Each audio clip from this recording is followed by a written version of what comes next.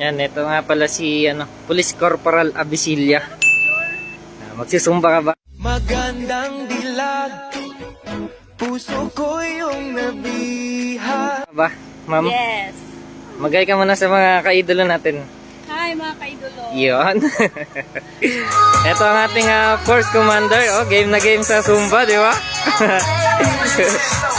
What is up mga kaidolo? Magandang hapon sa ating lahat. So ngayon may activity ang ating mga tropa dito sa ating Regional Mobile Force Battalion Headquarters. So magkakaroon ngayon ng Zumba. Ito ay para sa ating police techniques na. So panoorin natin kung gaano kagagaling yung ating mga kapulisan dito na mag-Zumba, no? Ito ay sa pangunguna ng ating Force Commander, si Police Colonel Rolando C. Lampad, yan. So, papanoorin natin kung gaano sila kagagaling mag-Zumba. Gusto niyo bang mag-Zumba to si Coach BK?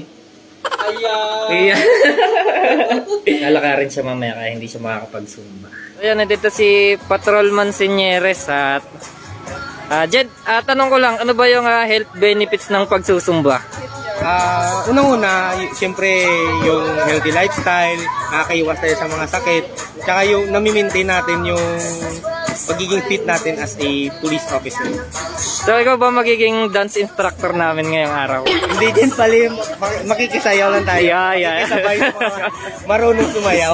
Sige, ito si Patrolman Senyeres. Yan, shoutout! Yan ang aming Force Commander, di ba? Game na game sa Zumba.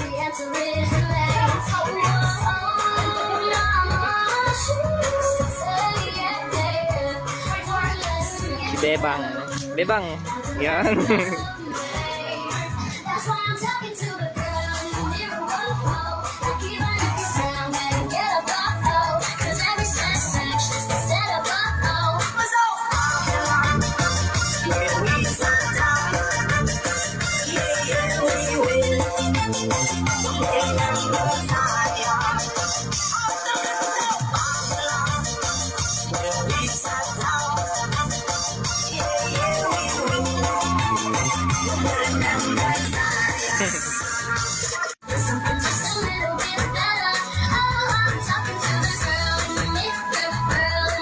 Aha. Ito yung ating DI. Oh, di ba? Panis! Di ba, ang giling eh. Ay, ano ka na?